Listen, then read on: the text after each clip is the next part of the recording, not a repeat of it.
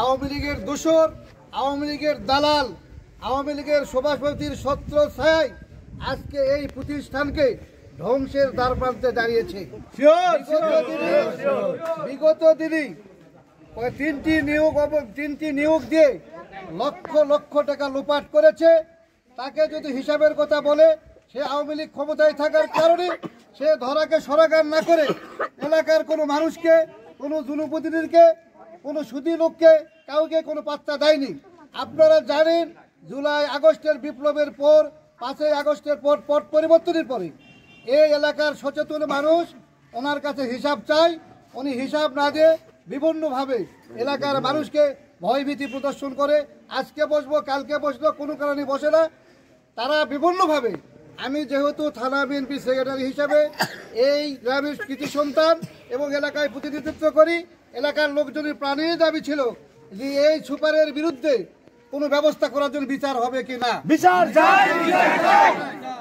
আমি এই সুপারকে অত্যন্ত বিনয়ের সাথে বলেছিলাম যে আপনি একটা হিসাব দাঁড় করে জনগণকে হিসাবটা দেন, কিভাবে আপনি এই টাকাগুলো খরচ করেছেন কি করেননি, কোন খাতে করেছেন, একটু হিসাবটা দয়া করে দিবেন।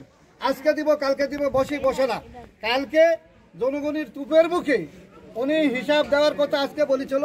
25 তারিখে বসা হয়েছিল, 26 তারিখে আজকে দুপুর 2টা-1টায় এই পরীক্ষা শেষে উনি হিসাব দিবেন বলে সবার কাছে কমিটমেন্ট করেছে, ওয়াদাবদ্ধ হয়েছে এবং সেখানে মাস্টার ছিল, এলাকাবাসী ছিল। আজকে উনি হিসাব না দিয়ে আজকে উল্টা আমার বিরুদ্ধে যে আনিত অভিযোগ, এর জন্য আমি অত্যন্ত মর্মাহত এবং বিচলিত। কারণ আমার বিরুদ্ধে জেলা বিএনপির কাছে ওনার হিসাব চাওয়ার কারণে জেলা বিএনপির কাছে আমি চাঁদা দাবি করেছি, এই কথা বলে একটা অভিযোগ দিয়েছে। আজকে গ্রামের লোকজন, নারী পুরুষ সবাই আর তীব্র প্রতিবাদ জানানোর জন্য আপনাদের এখানে আসছে। ইতিমধ্যে আপনারা সমস্ত নারী পুরুষের বক্তব্য গ্রহণ করেছেন, বক্তব্য রেকর্ড করেছেন। আজকে আমি থানা বিএনপি সেক্রেটারি হিসেবে বলতে চাই, আমার বিরুদ্ধে যে আনিত অভিযোগ এনেছে ভিত্তিহীন বানোয়াট, এর জন্য আমি বিচার দাবি করছি এবং আমার যতটুকু সম্মানহানি হয়েছে এর জন্য মানহানিকর মামলা করার জন্য দাবি জানাচ্ছি। পাশাপাশি আজকে এলাকার নারী পুরুষের বলতে ইতিমধ্যে আপনারা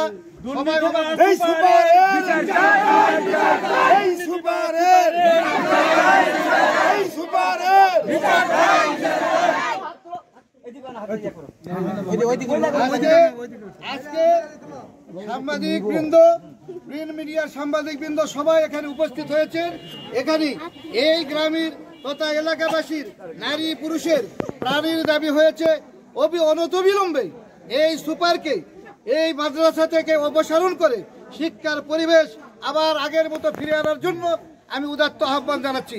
পাশাপাশি আরেকটু অবগত করতে চাই, এই যে আপনারা এখানে আসছেন, অবশ্যই দয়া করে প্রত্যেকটা ক্লাসে জিজ্ঞেস করবেন যে এখানে কয়জন ছাত্র অধ্যয়নরত আছে। আমি ইতিমধ্যে একটি শিক্ষকের কাছে তার জবানবন্দি নিয়েছেন। উনি বলছে কোনো ক্লাসে 3 জন, কোনো ক্লাসে 5 জন, কোনো ক্লাসে 7 জন, এক ট্রেনে 3 জন, একটা ক্লাসে বলে 1 জন। আপনারা বলেন যে এত সরকারের রাজস্ব লুপাট হয়ে যাচ্ছে, এতগুলা শিক্ষক এখানে বেতন গ্রহণ করে আজকে যেভাবে পড়াশোনা করায় তাতে কি তার বেতন কুশল হয়? কোনোভাবে হয় না। এবং আপনারা আবারও হয়তো ওনাদের কাছ থেকে এই ছাত্র বিষয় করবেন। এলাকাবাসীর দাবি, এই সুপার যদি এখানে প্রতিষ্ঠিত অধিষ্ঠিত শপথে বহাল থাকে, তারা কোনো ছাত্রদের ইতিমধ্যে দেয় না এবং ভবিষ্যতে দিবে না, এই প্রতিষ্ঠান বন্ধ হবে।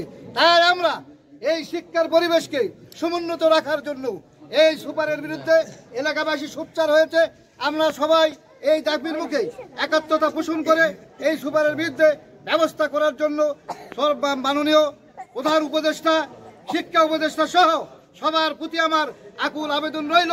এলাকাবাসীর পক্ষ থেকে সবাইকে ধন্যবাদ। আসসালামু আলাইকুম। দুর্নীতিবাদ সুপারের বিচার চাই, বিচার চাই। দুর্নীতিবাদ